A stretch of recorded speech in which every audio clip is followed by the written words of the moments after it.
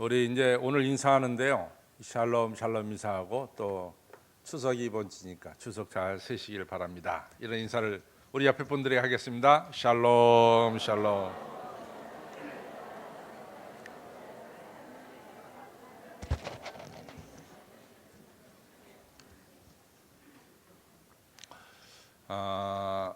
우리가 이제 뭐 몇십 년을 살았던 간에 우리가 살아온 생애를 되돌아보면서 내 생애 속에서 어느 날이 가장 중요한 날이었을까? 이렇게 누가 물어본다면은 여러분들 뭐라고 좀 대답하겠습니까? 내가 살아온 날 중에 어느 날이 가장 중요한 날입니까? 예수 믿게 된 날. 예. 어느 분은 자기 태어난 날이 중요하대. 그래서 왜 그렇게 중요하냐? 그러니까 중요하지 않으면 생일 지킵니까? 중요하니까 생일 지키지. 그래요. 말이 되는 것 같아요. 왜냐하면 생일은 지키니까 태어난 날을. 또 어떤 분은 참 예수 잘 믿는 분인데요. 그분이 아주 진솔하게 얘기하더라고요. 자기는요, 이 결혼식 전에 예수님 제발 재림하지 마십시오. 그 기도했대요. 자기 결혼식 전에 재림하면 결혼 못하니까. 그래서 자기는 결혼식 날이 가장 중요했다. 이렇게 말하는 분이 있습니다. 또 어떤 분들은 아마 자신이 출세한 날이 가장 중요한 날이 아닐까 뭐 이렇게도 생각을 하는 거죠. 근데 이제 여러분들 이 제임스 심프슨이라는 분이 계시죠. 근데 그분은 이 마취제를 발견한 분입니다. 근데 이 마취제가 참 대단한 거예요. 왜냐하면은 저 그동안 좀 바빠가지고 치과를 못 갔더니 치과 선생님이 한참 저한테 뭐라고 야단을 치셨는데, 목사님 이래가지고 다 없어지겠습니다. 빨리빨리 적어도 한 달에 한 번씩 오셔갖고 체크업을 하셔야지.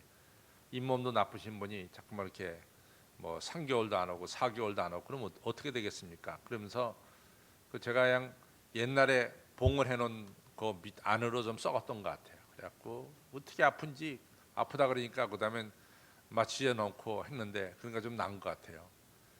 그러고 나서 제가 속으로 아이고, 이게 그냥 마취제가 없었다면 내가 오늘 정말 이 아픈 거 어떻게 견뎌내나 이런 생각을 했었는데, 그래도 마취제를 놓고선 이게 다 소질하니까 이 썩은 걸 갖다가 다 충치를 갖다가 치료하니까 좀 살아난 것 같아요. 그러더니 약국가 사시래요. 그래가지고 왜냐하면 이 마취 풀리면 틀림없이 아플 테니까 약을 꼭 드시라고 약을 좀 들었습니다. 그랬더니 좀 난 것 같아요. 근데 여러분들 마취제가 없었다면 얼마나 끔찍해. 아이고, 끔찍하지 않아요? 예, 마취제가 대단한 발견입니다. 근데 이분한테 당신에게 있어서 가장 중요한 날이 언제입니까? 그랬더니 그렇게 물어본 사람 벌써 답을 알고 물어보는 거예요. 틀림없이 이 선생님은 클로포름이라고 하는 마취제를 발견한 날이 가장 중요한 날일 거다. 이렇게 대답할 줄을 미리 알고 물어봤죠. 근데 이분은 그런 대답을 하지 않았습니다. 뭐라고 대답했냐면, 나의 인생의 가장 중요한 날은 내가 죄인인 것을 확실하게 깨닫고 나의 구세주 예수님을 만난 날이 내 인생에선 가장 중요했습니다. 이런 이야기를 했죠. 또 여러분, 강영우 박사라고 작년에 췌장암으로 소천했어요. 근데 이분은 참 대단한 분이죠. 14살 때 사고로 말미암아 실명했습니다. 실명했는데 이분이 이같이 실명한 눈 가지고 몇 번 또 자살도 시도했었죠. 근데 이분이 예수님 만나고 또 다시금 인생을 열심히 살자 이런 마음 먹고 미국에 가서 피츠버그 대학에서 교육학으로 박사학위를 받습니다. 그리고 이분이 이 클린턴 대통령 시대부터 이분이 또 부시 대통령에 이르기까지 이분이 백악관 정책 자문관으로 일했어요. 거의 한 10년 일했습니다. 근데 이분의 아들이 변호사인데 이분의 아들이 역시 지금도 백악관에서 어떤 자문관으로 일하고 있습니다. 참 괜찮은 분이죠. 근데 이분이 항상 잘하는 것 중에 하나는 자기는 참 결혼 잘했다. 자기 아내가 자기에게 헌신적으로 봉사했기 때문에 자기가 교육학 박사도 받을 수 있었고 뭐 이런 일을 했다 이렇게 말하는 분이에요. 근데 그분에게 어떤 분이 찾아가서 강 박사님 인생에 있어서 가장 소중한 날이 언제입니까? 라고 물어보니까 이 강용호 박사는 뭐라고 말씀하냐면 바로 이 시간이 가장 중요합니다. 이런 얘기했어요. 바로 이 시간. 참 의미 있는 얘기입니다. 제가 이제 그 얘기를 이렇게 보면서 우리 구약에 나타난 인물들을 좀 봤어요.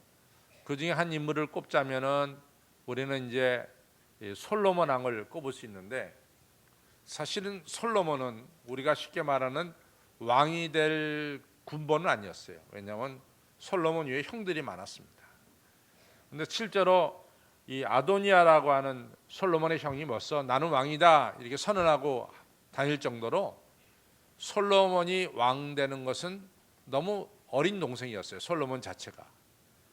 그런데 하여튼 다윗이 마지막에 늙어가면서 누구의 손을 들어줬냐면은 솔로몬 손을 들어줬다고요. 솔로몬이 왕이 됐습니다. 그래가지고 참 힘들게 왕이 됐죠. 그래서 아도니아는 결국은 죽습니다. 솔로몬에 의해서 죽어요. 형이. 그러니까 옛날에 왕의 자녀들이 별로 안 좋은 것 같아요. 자녀들 중에 왕이 되면 몰라도 왕이 안 된 자녀들은 이게 전부 다 목숨이 왔다 갔다 하는 것을 우리가 역사적으로 보게 됐죠. 만약에 아도니아가 왕이 됐다면 솔로몬도 죽었겠죠. 하여튼 어쨌거나 솔로몬이 왕이 돼서 그 자기 형 아도니아를 죽입니다. 이같이 솔로몬이 왕이 됐어요. 또 솔로몬에게 있어서 그 인생에서 중요한 것은 1000번 제사를 드리고 하나님께로부터 지혜 얻은 날도 굉장히 중요하다. 그렇게 볼 수 있습니다. 또 솔로몬에게 있어서 중요한 업적 중에 하나는 주전 957년부터 7년 동안 걸쳐서 예루살렘 성전 지은 것도 아마 그 생애에 있어서는 중요한 일이 되지 않을까 이렇게 생각됩니다. 최초로 성전을 지은 사람은 솔로몬이죠. 근데 보면은요, 사실은 솔로몬의 하루하루가 그 다음에 하루하루가 중요했던 것 같아요.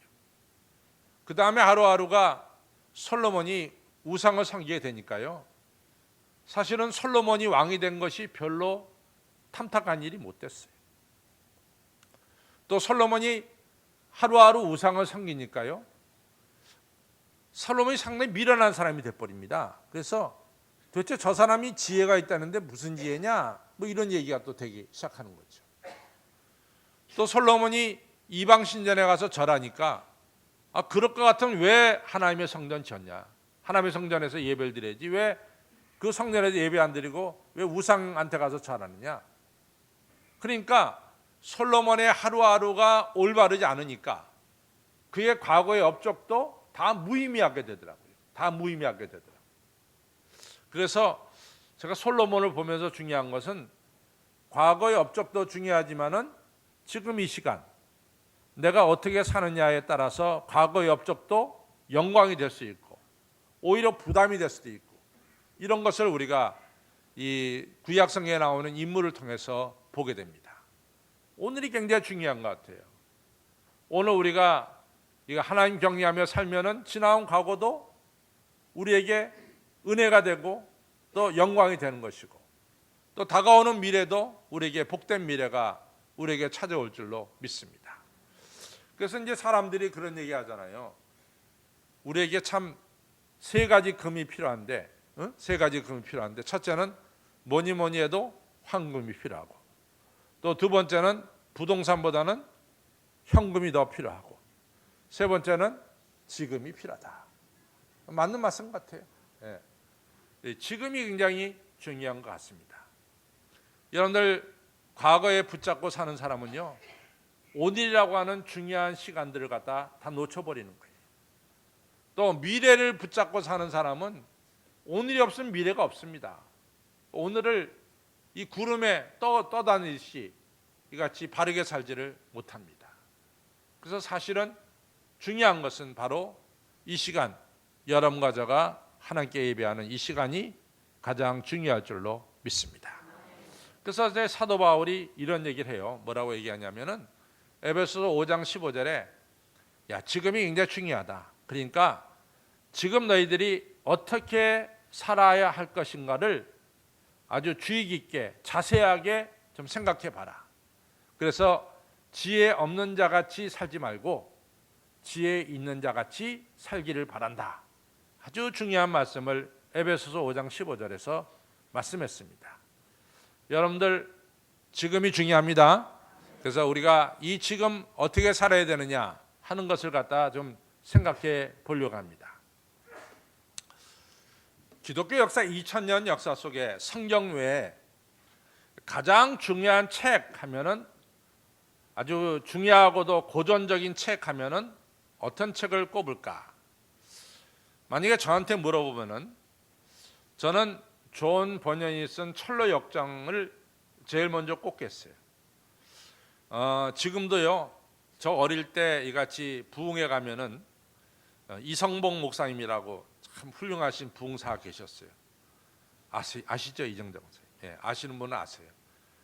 그러면 이 이성봉 목사님이 정말로 그 모여든 이 교인들을 은혜 받게 하고 울리게도 하고 웃게도 하는 이 대단한 부흥사가 이성봉 목사님인데, 이성봉 목사님의 이 설교는 철로 역정을 가지고 설교합니다. 그래서 한날은 철로 역정에 대해서 한 편의 드라마를 보게 돼요. 너무 잘하세요. 또 이 신영규 목사님도 역시 한 번 정도는 철로 역정을 얘기하십니다. 그만큼 기독교 2000년 역사 속에 존 번연이 쓴 철로 역정은 아주 중요한 책입니다. 또 하나 책을 꼽으라 그러면 전 아켄포스의 그리스도를 본받아라는 책이 아주 중요한 책이라고 생각합니다. 토마스 아켄포스의 그리스도를 본받아라. 또 뭐 꼽으라 그러면은 저는 장 피에르 드 코사드라는 사람이 쓴 이 순간의 성만찬이라는 책도 상당히 중요하다고 생각합니다. 이 순간의 성만찬. 이 사람이 이 순간의 성만찬이라는 책에서 쓰는 것은 날마다 순간순간이 성만찬이 되게 하라, 이런 얘기입니다.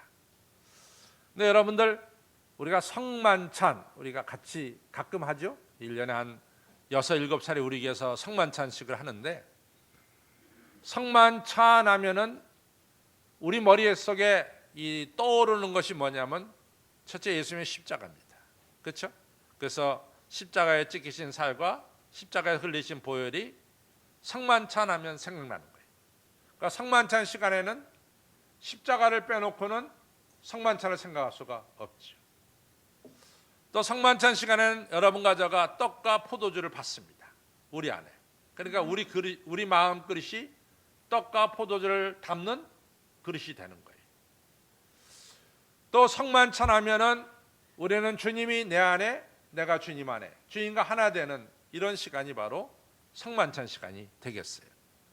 그래서 이 장피에르 코사드란 분이 이 순간의 성만찬이라는 책에서 중요한 것은 성만찬을 기억할 때 우리는 하나님의 생명이 우리 안에 들어오는 것이고, 우리 예수님의 능력과 권세가 우리 안에 들어오는 것이고, 또 이 순간 예수님과 우리와 함께 살아가는 새삼 능력의 삶을 우리가 살아가게 되는 것입니다. 그래서 이 순간의 성만찬이 너무 중요합니다. 이렇게 장피에르 트고사드라는 분이 썼어요. 그렇지 않아요? 굉장히 잘 쓰신 것 같아요. 우리가 이제 지난번 6월 달에 그 7번째 신학 심포지엄을 했잖아요. 근데 이번 신학 심포지엄에서 참 피터 머신니스트 이 교수님이요, 시간이 흐르면 흐를수록 그분이 말씀한 게 참 귀한 말씀을 우리에게 주셨다, 이렇게 생각합니다. 그분이 이제 3가지 말씀했는데, 첫 번째 날 준 말씀이 뭐냐면 우리가 익숙한 것을 익숙하지 않게 되는 것, 익숙한 것이 새롭게 되는 것, 이거에 대해 썼어요. 둘째 날은 욕기고, 셋째 날은 우리 삶 속에 있는 이 우리가 머리로 다 이해할 수 없는 하나님의 신비에 대해서, 미스터리에 대해서 이분이 말씀을 했는데, 참 이분 대단하게 쉬운 것이지만 의미 깊은 이야기를 했습니다. 이 첫날 익숙한 것은 익숙하지 않게, 새롭게, 이런 얘기죠. 이분이 이것을 설명하기 위해서 끌어든 성경 구절이 뭐냐면 출애굽기 3장이에요.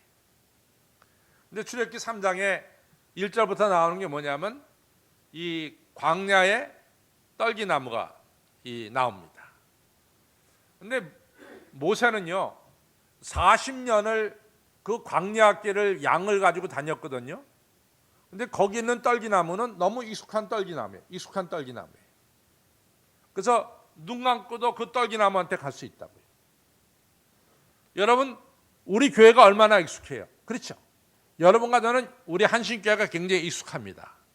그래서 저도 제 사무실에서 눈 감기고 4층 이 본당까지 올라가라 그러면은 저도 이제 대강 올라가겠어요. 하도 익숙하니까. 이같이 우리 삶에는 익숙한 게 많단 말이죠.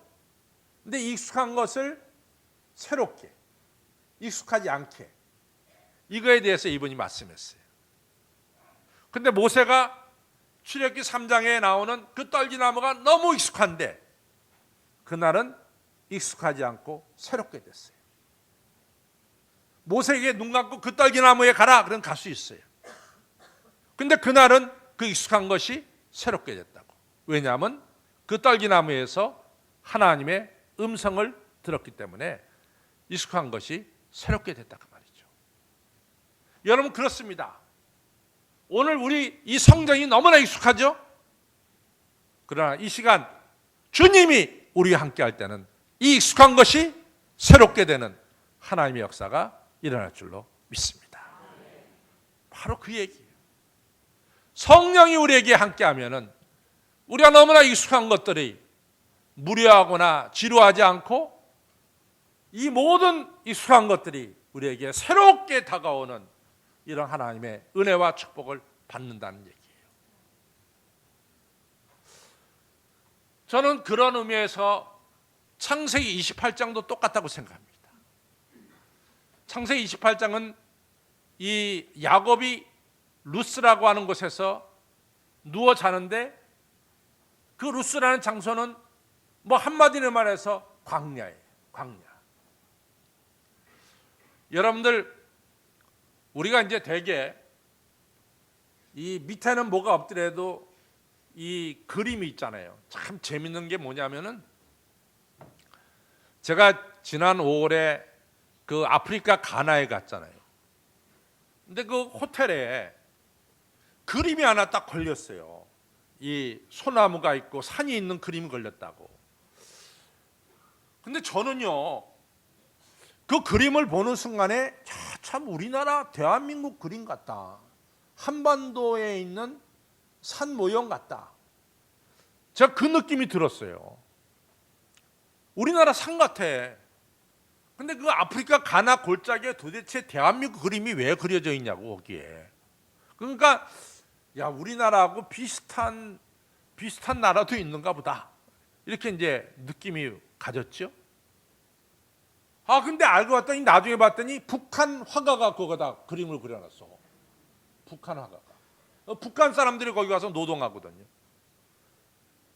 그러니까 여러분들 특징이 있습니다. 다. 우리나라는 우리나라 사람들의 아름다운 산의 뾰족하지도 않으면서도 그러면서도 이 우리나라 이 부드러운 산의 모습이 우리나라에 있잖아요. 우리나라 소나무는 우리나라 소나무의 특징이 있단 말이죠. 그러니까 여러분과 제가 세계 어디 갖다 놔도 그림 보면 저거 우리나라다라는 느낌이 와요. 근데 이스라엘 하면 무슨 느낌이 오느냐? 광야야, 광야. 그냥 돌덩이 노려져 있는 광야라고. 그래서 저는 어떤 그림이 쫙 지나가면은 저거 이스라엘 같은데? 이스라엘 맞아. 그 광야라고. 정말 황량하기 짝이 없는 광야야.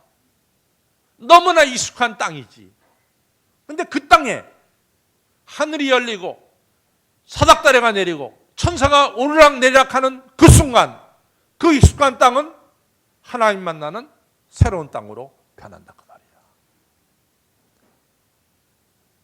그래서 오늘이 바로 지금 이 순간이 성만찬이 되는데 중요한 것은 바로 그거예요.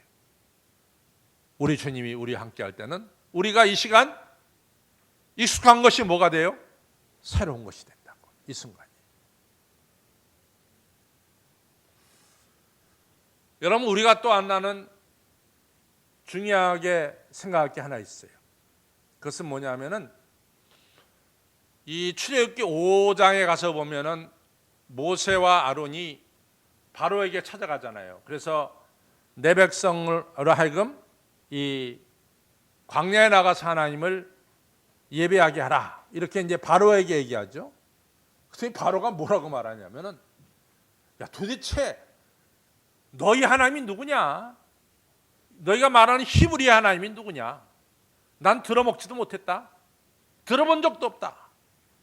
도대체 히브리 하나님이 누구길래 말이야 나한테 이래라 저래라 명령해? 도대체 건방지게 말이야. 이게 바로 얘기야. 나는 히브리 하나님 몰라. 너희들이 그런 얘기하는 거니까 굉장히 한가하구나. 이래가지고 일을 더 시키잖아요. 그러니까 바로는 정말 히브리 하나님을 몰랐어요. 알 리가 있겠어요? 여러분들 뭐 우리가 머리지 뭐 네팔에 어떤 신 이름 갖다 대면 여러분 알겠어요? 모른다고? 나도 몰라요. 그러니까 바로에게는 자기 신이 최고지. 자기가 믿고 있는 태양신이 최고지. 다른 나라가 섬기는 신은 별로 관심이 없는 거죠. 모른다 그랬다. 바로 그 다음부터 이 출애굽기 5장서부터 12장까지 10가지 재앙이 나옵니다. 10가지 재앙. 이 10가지 재앙을 통해서 중요한 것은 뭐냐면 이 바로를 비롯해서 하나님을 모르는 자들이 누구를 알게 돼? 야훼 하나님을 알게 되는 거야. 그래서 여러분 자세히 보세요. 하나님 모른다고 했던 바로가 나중에는 내가 하나님께 범죄했습니다. 나를 용서해 주시고 하나님께 기도해서 이 재앙이 떠나게 하옵소서. 하나님을 알고 하나님께 무릎을 꿇는 역사가 일어나는 거죠. 그래서 10가지 재앙은 하나님을 모르는 사람에게 하나님을 알게 하는 이런 역사다, 이렇게도 말씀할 수 있어요. 근데 두 번째 재앙인데 두 번째 재앙이 뭐냐면은 개구리가 올라와 가지고 이 밥상이나 그릇에 가득 차게 만드는 거야. 그러니까 뭐 바로 왕궁에도 개구리가 가득 찼지. 또 뭐 바로의 식당에도 개구리가 가득 올라왔지. 뭐 그냥 온 동네가 개구리로 북적북적대내는 거지. 냄새 나고 말이죠. 개구리 냄새 나고 썩은 냄새 나고. 그러니까 바로가 정말 견딜 수가 없었어요. 그랬더니 바로가 자기 술사들을 불러다가 이 개구리 좀 어떻게 해결해라.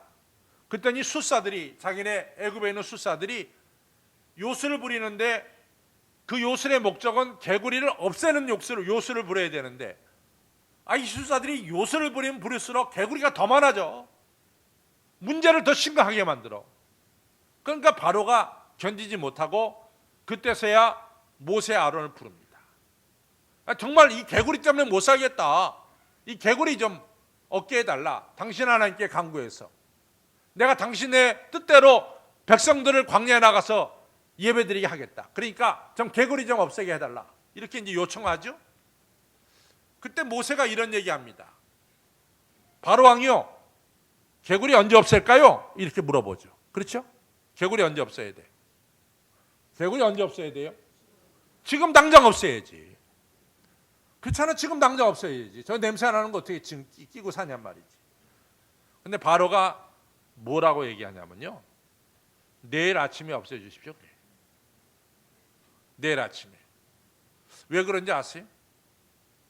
바로는요, 사실은 하나님 전적으로 믿지 않았어요. 저게 저절로 없어질 수도 있다, 이렇게 생각했어요. 그러니까 저절로 없어질 수도 있으니까 내일까지 기다려 보겠다는 거지. 내일까지 뭡니까? 더러움 속에서 살겠다는 거야. 우리는 바로처럼 내일까지 기다려 보겠다는 생각을 많이 가져요. 근데 성경이 정확하게 얘기하는 것은 뭐냐? 마태복음 25장의 열처자에 비유해서 중요하게 다루는 건 뭐냐? 미라는 다처녀가 지금 기름을 준비하지 않은 것 때문에 주님을 못 만나는 거예요. 지금 준비하지 않고 졸고 있었기 때문에 주님을 못 만나는 거예요. 그 다음 장 마태복음 26장도 마찬가지입니다. 예수님께서 베드로, 요한, 야고보 데리고 겟세마네 동산에 갔잖아요.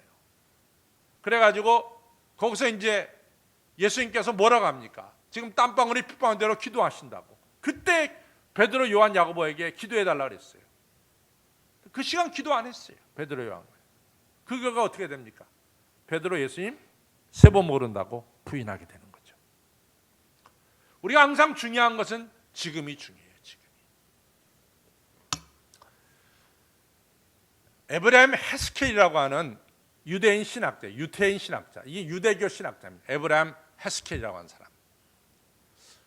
근데 이 사람이 비교 종교학이라는 책을 썼어요. 비교 종교학. 다른 종교하고 유대교하고 비교해서 쓴 책을 썼는데, 이 사람이 그 비교 종교학에서 무슨 얘기를 하냐면은, 세상의 많은 종교들은 장소가 중요하대요.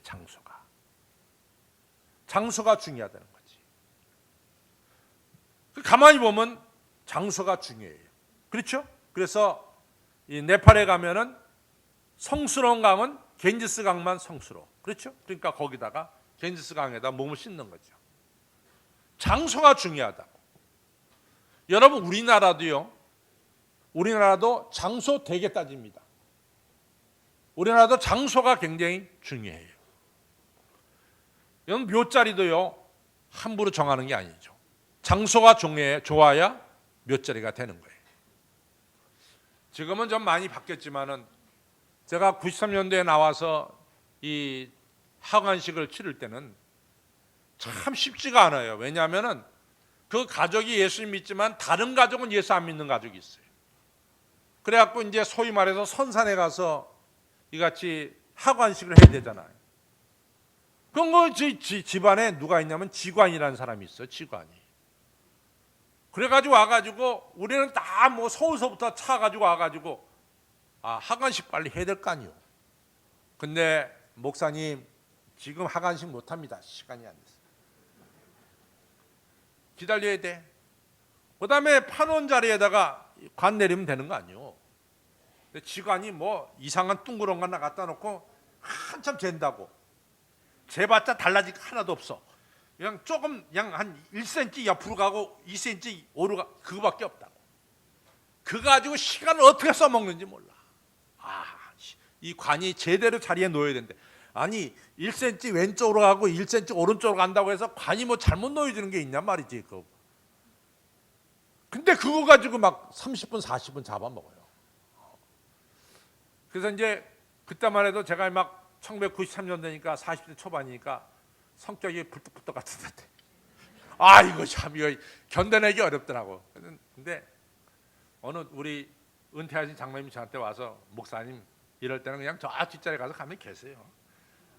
그리고 다 끝났으면 끝났냐고 물어보시고 그때 시작하십시오 그래. 저건 못 말립니다 그래. 그래서 내가 그 연세 드신 장로님 말씀 듣고 저 뒷자리에 갔어. 뒤에 가서 저 소나무 밑에 가서 이렇게 있다가 한참 시간 지나고 그분이 이제 그 몇 자리에서 떠나면 다 끝났습니까? 끝났대. 그리고 장례식 했어요. 우리도 말이죠. 너무나 장소를 중요하게 여기요. 장소를. 그래가지고 뭐 집에만 들어가면 이 집이 남향이냐 북향이냐 동남향이냐 뭐 이런 얘기 많이 해요. 물론 뭐 중요하죠. 근데 이 아브라함 헤스켈이라는 사람이 말하기를 유대교는 자기네 종교는 시간이 중요하다는 거예요. 다른 종교는 다 장소가 중요한데 유대교만큼은 시간이 중요하대. 그래서 안식일이 중요하다는 거지. 맞는 얘기예요. 저 사람들은 예루살렘 성전이 무너져도 뭡니까? 바벨론에 가서 안식일을 지키면서 하나님 만났어요. 시간이 중요하죠. 요한복음 4장에 보면은 예수님과 사마리아 수가성에 있는 여인과 대화가 나오죠. 쭉 대화가 나옵니다. 예수님께서 그 여인한테 물 달라 그러죠. 그러면서 대화가 시작되죠. 근데 이 여자가 예수님과 대화를 나누면서 예수님이 보통 사람이 아님을 알게 됐어요. 그래갖고 이 여자가 뭐라고 말합니까? 예수님, 내가 당신을 보니까 당신은 틀림없이 선지자입니다.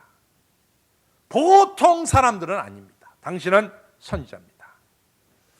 내가 당신한테 하나 여쭤볼 게 있어요. 그래서 뭐냐면 사마리아 사람들은 지금까지 그리심산에서 예배를 드려야 하나님께서 우리 예배를 받으신다라고 말했습니다. 그런데 당신네 유대인들은 예루살렘에서 예배를 드려야 하나님이 예배를 받으신다고 말씀하고 있습니다. 도대체 어디서 예배 드려야 됩니까? 당신의 유대인의 말이 맞습니까? 우리 조상들의 말이 맞습니까? 그리심 산입니까? 예루살렘 산입니까? 그때 예수님이 뭐라고 대답했어요? 기억났어요? 예수님 대답한 거? 그리심 산도 아니고 예루살렘도 아니고 지금 신령과 진정으로 예배드리는 이 시간 우리 주님이 받으신다 그랬어요. 지금 이 시간 우리가 신령과 진정으로 예배드리면 하나님 받으신다고요. 오늘 우리가 읽은 히브리 3장의 내용이 오늘이라 일컫는 동안에 너희들 광야의 조상들처럼 목이 곧고 마음이 굳어서 이같이 하나님께 패역한 일을 하지 말고 오늘이라 일컫는 이 시간에 우리가 신령과 진정으로 하나님께 예배드려야 될 줄로 믿습니다. 지금 이 시간이 중요한 거예요.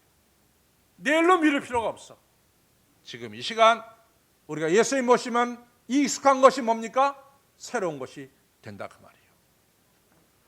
지금 이 시간을 잘 지내는 방법이 뭘까? 우리나라는 이 시작이요. 아침부터 저녁까지야. 해 뜰 때부터 해질 때까지. 근데 이스라엘은 성경을 보세요. 저녁이 되니 아침이 되니 저녁이 되어 아침이 되니 첫째 날이라. 이스라엘의 시작은 항상 새로운 날의 시작은 저녁부터 시작해. 해 지는 때부터. 우리하고는 좀 달라. 우리는 해 뜨는 때부터 새로운 날이 시작되지만은 이스라엘 뭐요?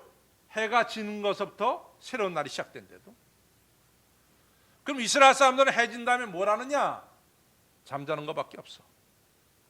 그러니까 한 날의 시작은 잠자는 것부터 시작돼. 근데 잠자는 게 얼마나 중요한지 몰라요. 그렇죠?